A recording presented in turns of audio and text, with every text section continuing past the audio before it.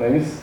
Então, através da reinserção de pessoas egressas do sistema prisional. Hoje o projeto foi desenvolvido aqui num piloto, hoje ele está numa etapa nacional, sendo desenvolvido hoje por mais de 30 instituições. Tá? Um projeto que nasceu aqui, está inspirado, tá, no trabalho desse grupo. Tá? Queria pedir uma salva de palmas ao doutor Áureo. Queria já passar a palavra, ele vai fazer uma explanação. A dinâmica de hoje é o seguinte: ele vai fazer uma explanação sobre as ideias que ele traz no seu livro. Hoje é o lançamento acadêmico desse livro, dessa obra. Ele vai fazer uma explanação e, na sequência, uma bateria de perguntas e respostas aí, para que possa esclarecer a todos aqueles que tiverem alguma dúvida ou quiserem falar sobre algum assunto. Obrigado, doutor. Obrigado.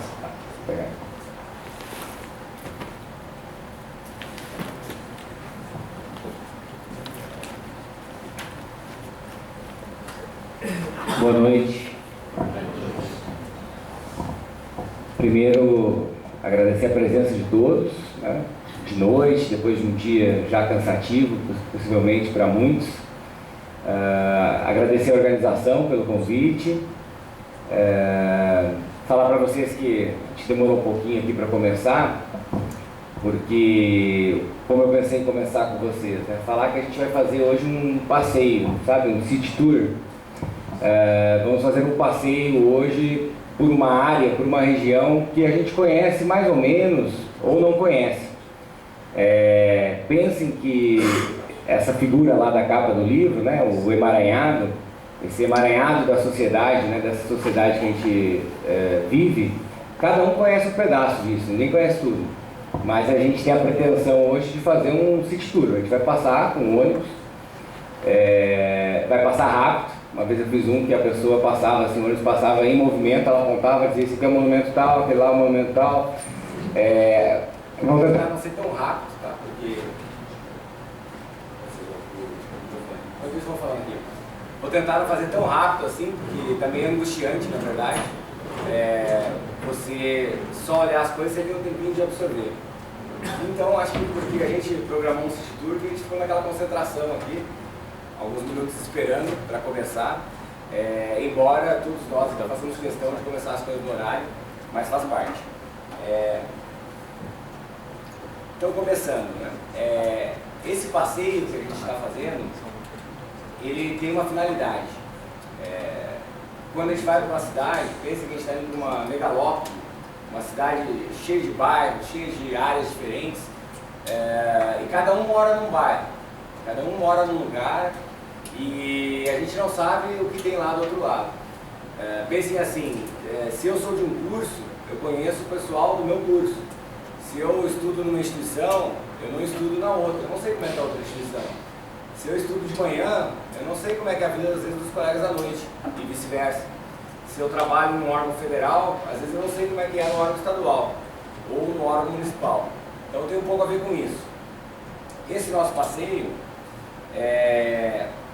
ele vai ser bastante abstrato, tá? Então não vai ser um passeio de ônibus, vai ser um passeio de avião. A gente vai passar de avião por cima desses temas, vai olhar lá de cima, e por que vai olhar lá de cima, ou seja, porque vamos ser um tanto abstratos, tem gente que se incomoda um pouco, porque como somos pessoas diversas, né, tem pessoas mais abstratas e tem pessoas mais concretas, que querem colocar a mão na massa logo.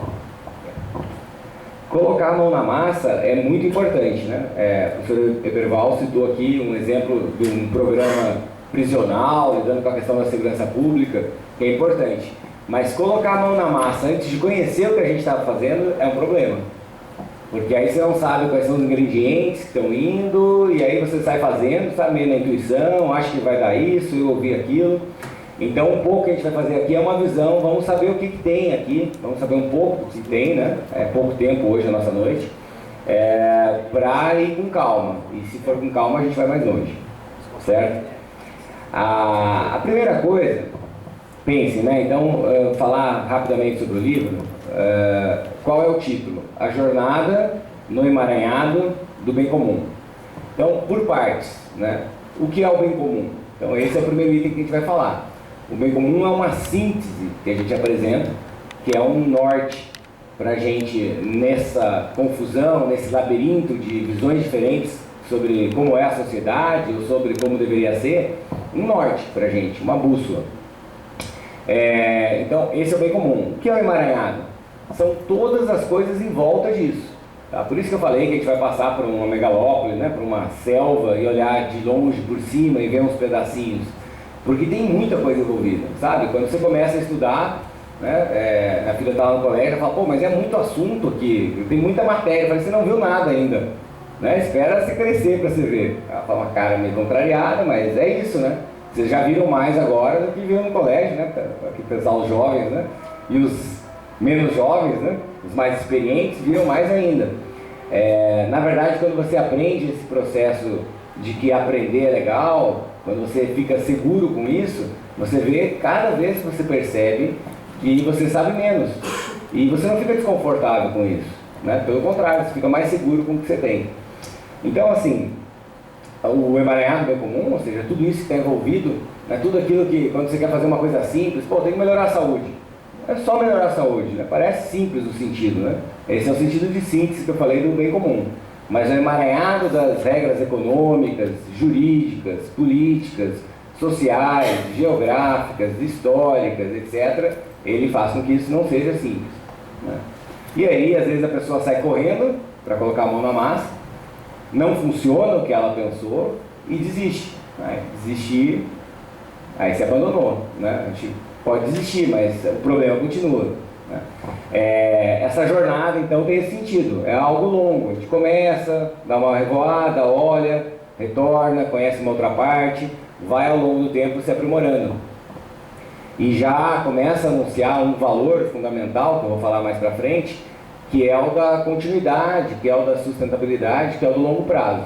Então aqui a gente já vai se opor, vamos dizer assim, a uma visão de curto prazo, né? Uma visão de que resolve rápido, né? Então, assim, um atalho cognitivo se alguém falar nesses assuntos que a gente está dizendo, que resolve rápido, resolve tudo, não acredite. É um atalho cognitivo, pode ser que aconteça da pessoa resolver, mas não é assim que as coisas funcionam normalmente. E pensem, né, a nossa sociedade tem séculos, né? Se fosse só escrever uma lei e dizer, faça-se uma saúde decente, faça-se uma educação de qualidade. Se fosse só boa intenção, pensa nas pessoas que você conhece no seu entorno. No geral, você conhece várias pessoas com boa intenção, né? Mas não é só isso, né? Então a gente vai falar do que falta. Então, começando, primeira parte, o bem comum. O que é esse bem comum, né? Vou falar, começando, é uma forma de definição, o que ele não é. Ele não é o bem público, no sentido tradicional. O bem público, e hoje até tem expressões, eu não lembro qual é que é o seriado, aí, falando do bem maior, alguma série que fala do bem maior no sentido negativo, né? Então, assim, tem lá, sei lá, um governo autoritário, ele fala que ele está buscando bem maior e por isso ele pode, né, fazer experimentos com cidadãos, uma série de coisas.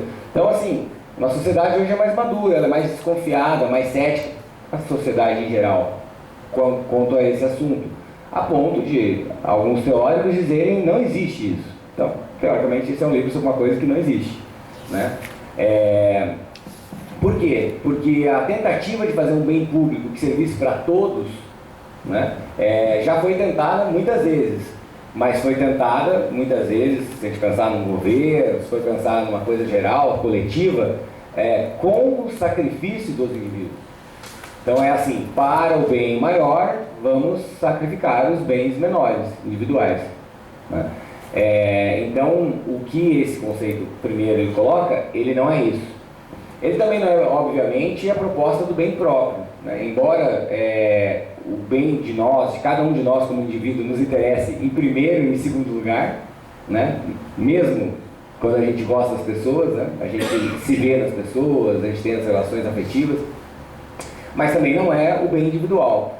E isso é importante, né? Porque, por incrível que pareça, eu me espanto, algumas pessoas ainda acham que a sociedade poderia, o papel dela seria servir o interesse próprio dela, né? Ou que a sociedade deveria se conformar à imagem daquilo que ela acha que é legal e correto. Então, assim, essas pessoas não pensam como eu, então elas estão erradas. Elas deveriam pensar, se elas pensassem, né? Então elas pensariam melhor. Então, assim, o bem comum não é nem um interesse geral, e aí a gente pode olhar para o Estado, que tem papéis muito importantes, mas ele representa o interesse geral, e nem o interesse individual de um, né? Mas ele é o que é comum entre todos os interesses individuais e o interesse público. Então, esse é o bem comum, né? Ele integra o bem público, geral, e o bem individual. E por que isso é importante? Porque é uma vacina, vocês vão ver quando a gente desdobrar esse conceito de bem comum, ele é uma vacina para a apropriação desse conceito, para que alguém queira se apropriar e dizer, olha, eu sou aqui o autor, eu sei o que é o bem comum, então passa aqui para mim os poderes, né, me elejam como representante de qualquer coisa, que eu, em nome de vocês, né, vou fazer essa melhor definição. É muito problemático isso, e eu acho que, assim, dados os avanços da tecnologia hoje, a gente tem mais mecanismos de democracia direta, mais mecanismos de redes, né? E a ponto de que, não sei se vocês pensam isso, mas de certa forma, isso hoje gera uma enorme instabilidade na sociedade tradicional, porque as redes sociais, né, estão acusadas hoje de toda sorte de protestos e problemas, né? Fala assim, pô, a pessoa não pensa na rede social só ouve besteira. Elas criaram redes, né? Relações não hierárquicas, né? Com liberdade para você falar a sua opinião e para ouvir outras opiniões e para compartilhar. Então, em princípio, isso é bom, né? E a questão é como é que a gente administra isso. Então, assim, esse bem privado, ele faz parte, o bem público também faz parte, mas o que há de comum entre eles é o bem comum.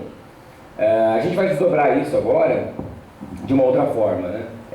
O bem comum também pode ser apresentado de um outro jeito. Fala assim, olha, então existe uma medida, existe uma coisa que se a gente fizer certinho ela é o bem comum. Tem um programa, não vai ser que é um programa partidário, né? Um programa científico, um programa curricular. Não tem essa fórmula, né? Ele funciona como um norte. Então é uma direção, é um objetivo, para dizer que tem o que fazer nos problemas públicos, né, nos problemas que nos atingem. Então já é uma resposta ao materialismo de que não tem o que fazer, tem gente assim, e já é uma resposta ao individualismo de que cada um faz o seu e está tudo certo, tá? Isso deve ser algo quando você confunde uma parede de tijolos com uma sociedade de pessoas diferentes. Uma parede de tijolos, você pega um tijolinho um do lado do outro, são todos iguais, eles encaixam bonitinho, na posição, etc. E cada um no seu lugar faz uma parede homogênea, né? Mas não é isso, né, a nossa sociedade. A nossa sociedade é muito diferente, muito heterogênea, a ponto de que alguns autores falam que uma sociedade assim heterogênea como a nossa não poderia prosperar, né? Porque o desafio da diversidade é muito grande. Então a gente tem uma riqueza, né, de estar aqui num evento com variadas pessoas, de variadas idades, variados cursos, né, numa região de Campinas que integra pessoas que vêm de variados lugares, mas é um desafio. Quando é livre, quando não tem alguém que impõe e decide por todo mundo, o trabalho de coordenação, a afinação da linguagem, a harmonização das visões diferentes é muito mais desafiante. Então, de certa forma também, a organização do Estado, né, a organização das instituições, ela é uma escolha entre uma decisão mais homogênea e mais forte, mais poderosa de interferir na realidade e mais rápida, versus uma decisão heterogênea, com várias opiniões diferentes, né, com várias experiências diferentes e muito mais lenta. Peguem essa representação no Congresso e no Executivo. O Executivo é uma pessoa. Então, uma pessoa, tirando a esquizofrenia, ela com ela mesma, ela costuma se entender, né? Agora, na verdade, não precisa das 400, 500 pessoas do Congresso. Passa 3, 4. Junta 3 ou 4 para decidir um assunto e você começa a ver o desafio. Então, esse bem comum, a gente começa com essa questão da integração. Quais são, e aí eu vou desdobrar para vocês, quais são os 7 valores que compõem o bem comum? Então, primeiro a gente fez uma síntese, né, para vocês desse emaranhado. Então, legal, você fala, olha, pô, tem um bem comum, não tem nada para fazer, não tem solução. Não, tem, buscar o bem comum é uma coisa legal. Tá, mas o que é isso aí? Beleza, não é o bem público geral para todos, que pode ser imposto, não é o bem individual de cada um, mas no que ele se desdobra, né? Assim, mais exatamente o que é. E aí vem agora, nossa segunda parte, são os valores comuns. Então, o bem comum é a composição de 7 valores comuns. Isso é, no livro, por exemplo, é repetido várias vezes, de diversas formas. Qual é o primeiro valor comum? O primeiro é a satisfação das necessidades humanas. Então, é o primeiro valor. Por que a gente está em sociedade? Aí você vai falar, porque eu sou obrigado, porque era assim. Mas se a gente for pensar um pouco, qual é a justificativa para a gente estar em sociedade? Realizar, satisfazer necessidades que individualmente a gente não consegue. Razoável, certo? Quais são essas necessidades? Depende do critério que você utiliza, né? Tem, por exemplo, um clássico disso é o Abraham Maslow, que é da área de psicologia. Tem uma divisão muito interessante. A gente faz uma outra aqui porque o foco é mais coletivo, é mais a sociedade. Mas a dele é bem legal de conhecer também. Aliás, numa época que eu pesquisei para o mestrado, fiquei espantado. Assim, não achei muito as repercussões, né, dessa pesquisa sobre as necessidades humanas. Não achei assim nas áreas, não achei no direito, não achei em algumas áreas que eu li. Sabe onde eu fui achar? No marketing. O pessoal do marketing, que trabalha para as empresas e faz produtos, eles estudam as necessidades humanas. Profundamente, talvez os que mais estudam. Porque eles conhecem as necessidades reais que movem as pessoas, associam um produto, que eles dizem que esse produto, a sua necessidade, né? Carro, felicidade, né? Relógio, sei lá, status.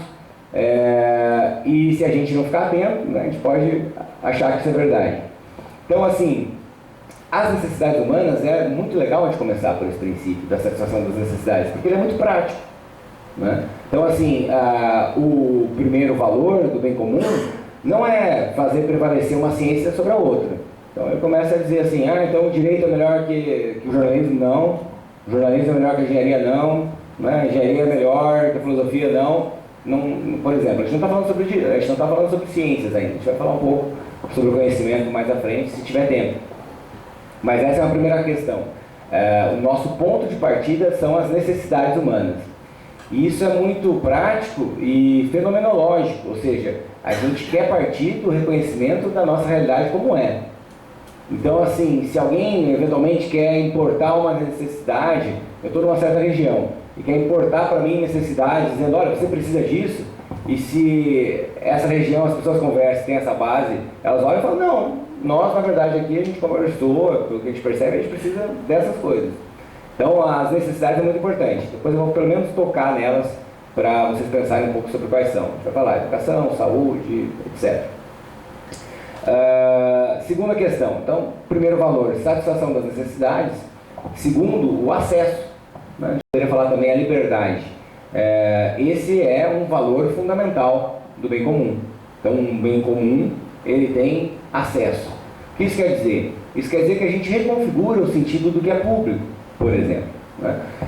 Ou do que é comum. O que é público, por exemplo, um bem público hoje? Né? Um bem público, uma pessoa do direito diria, você vai no cartório, ou você vai no decreto, na norma que criou o órgão, e você lê. Se ela for pública, se o órgão, se o imóvel é do órgão público, ele é público. Certo? Esse é o sentido de público que a gente está falando, né? Você vai lá, você não entra no órgão, você não sabe o que está acontecendo, ele usa o seu recurso, ele fala em seu nome e decide exatamente o contrário, né? Às vezes do que a sociedade espera. Então, o conceito de acesso para o que é comum, ele é interessante. O que eu acesso, as informações da sociedade que eu acesso, os espaços públicos que eu acesso, isso é comum. Isso é o sentido de público primário. Né?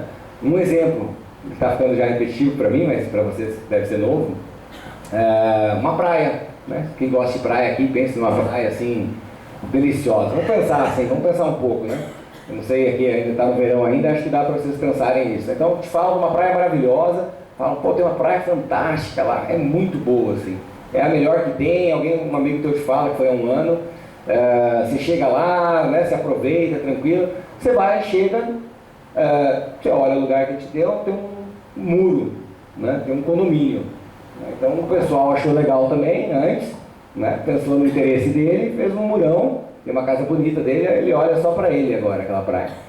Então, do ponto de vista jurídico, a praia é pública, né? Do ponto de vista prático, se você não entra, e só entram os proprietários do condomínio, ela não é pública, ela não é comum, né? E você pode pensar, por exemplo, eventualmente num evento privado, né? Pode ser um local privado, se ele é acessível para as pessoas, né? Se ele não faz aí uma restrição, por exemplo, que é típica do privado, né? Que é o pagamento, mas de qualquer forma, na medida que ele é acessível, então se o valor é mais baixo, né? Uma série de questões, ele é comum, porque as pessoas podem acessar. Então olha que interessante esse critério. O que é público de verdade, o que é comum, o que você pode acessar, certo? Então, segundo valor. Terceiro, importantíssimo, é o valor do pertencimento. Esse aqui eu podia passar um evento só falando sobre isso. Pertencimento, a gente vai falar da inclusão. O pertencimento é muito importante. Nós vivemos numa sociedade e quando a gente não reconhece que a gente está no mesmo barco, a gente acha que uma solução que existe para os problemas é jogar para fora do barco, né, as pessoas que a gente não gosta. Então, não tem a mesma opinião política que eu, né, não tem a mesma formação profissional, então, né, ou é um ignorante, né, não tem o nível acadêmico que eu tenho, então é um ignorante, cometeu um crime, tem que eliminar, né, da sociedade ou jogar lá na prisão e deixar lá para sempre. São todas ideias fantasiosas do que é a realidade. A realidade não é assim. Vivemos numa sociedade, o direito, por exemplo, veda a possibilidade, né, vamos pegar a questão da segurança pública que a gente está falando. Então, a segurança pública tem que matar. O direito veda. Se você matar, você vai preso, porque você se tornou aquilo que você julgava que era errado, né? E se você tem uma justificativa para isso, que você acha que está fazendo bem, quem cometeu o primeiro crime também tinha uma justificativa individual, tá? Então, essa questão é bem interessante, né? A gente está falando do pertencimento, e o pertencimento é muito... Vou dar um exemplo para vocês de hoje, uma reunião que fiz hoje de manhã. Hoje de manhã a gente está num grupo. Então, quando ele falou do grupo prisional, vou falar desse grupo de saúde agora, que a gente discute a questão da maternidade, das mães que têm gravidez de alto risco, eventualmente a criança nasce com alguma sequela, ou tem até o falecimento, porque o tratamento de saúde não foi adequado. A gente começou num bloco com duas médicas, uma tinha feito um roteiro com várias perguntas que a gente vai aplicar para levantar, entender melhor o caso e levar para o judiciário. E uma outra apresentou uma questão, falou, olha, eu acho que tem que ter essa questão. E uma outra falou, não tem que ter essa questão. Então, isso é muito típico em grupo. Falar assim, olha, eu acho que tem que ter, eu acho que não tem que ter, né? Qual que era o objetivo no caso? Fazer um roteiro de perguntas, né? O profissional que vai aplicar, ele vai aplicar na medida que ela ser pertinente, né? Não vai perguntar para a mãe que teve um filho só as perguntas de gêmeos. Mas, qual que era essa questão? O que era uma solução simples do ponto de vista do pertencimento e da inclusão?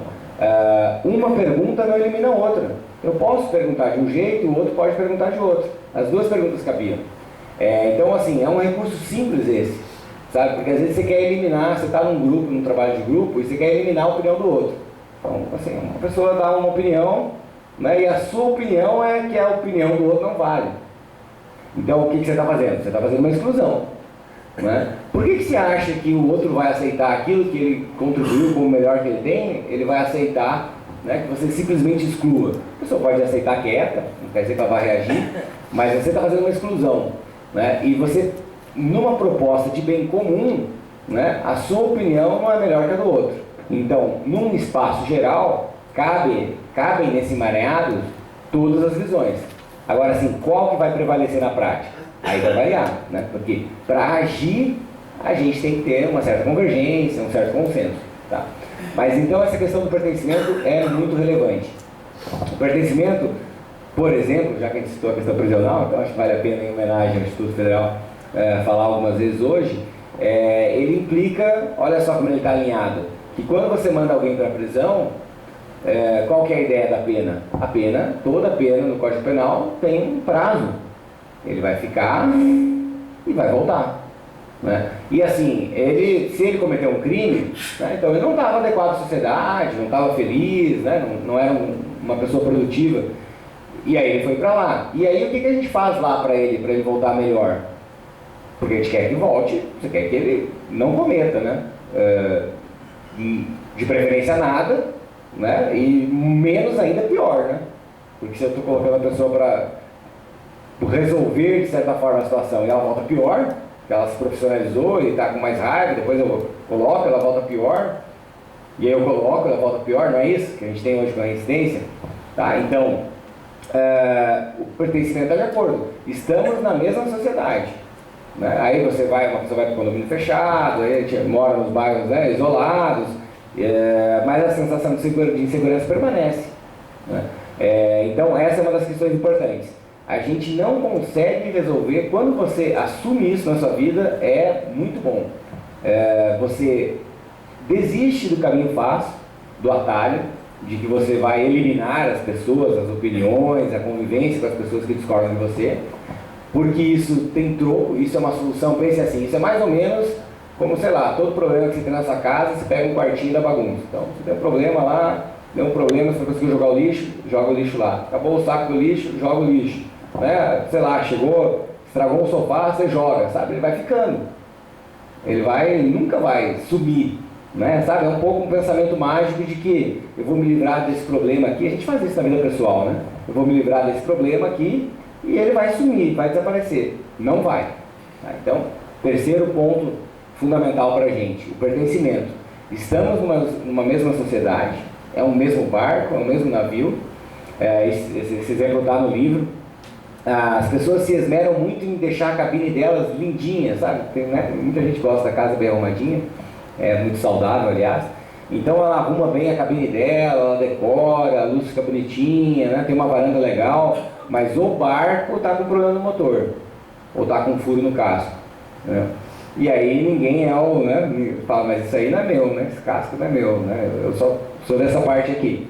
Então assim, por que isso é importante também? A gente vai falar um pouco talvez mais à frente, não sei se vai dar tempo. Existe uma ideia, uma das deficiências, que eu acredito, um dos problemas que a gente tem em particular, é acreditar que a gente pode nomear um grupo de pessoas, uma instituição, né, que são as instituições públicas, para cuidar de todos os nossos problemas. Então assim, eu posso jogar lixo na calçada, porque tem um serviço de limpeza pública, né? Eu posso sair com meu carro por aí, porque se tiver, tem um serviço aí de trânsito para cuidar, né? Eu posso negar, e aí né, porque tem um sistema de fiscalização, se ele pegar, ok, se não pegar, me dei bem. Esse sentido nosso, né, é mais ou menos, não sei quem mora em prédio aqui, mas seria o seguinte: você mora num prédio, tem um zelador e tem um síndico, então você não precisa fazer nada. Não precisa tirar o lixo, não precisa preocupar com a luz, não precisa preocupar com a reforma, tem um zelador.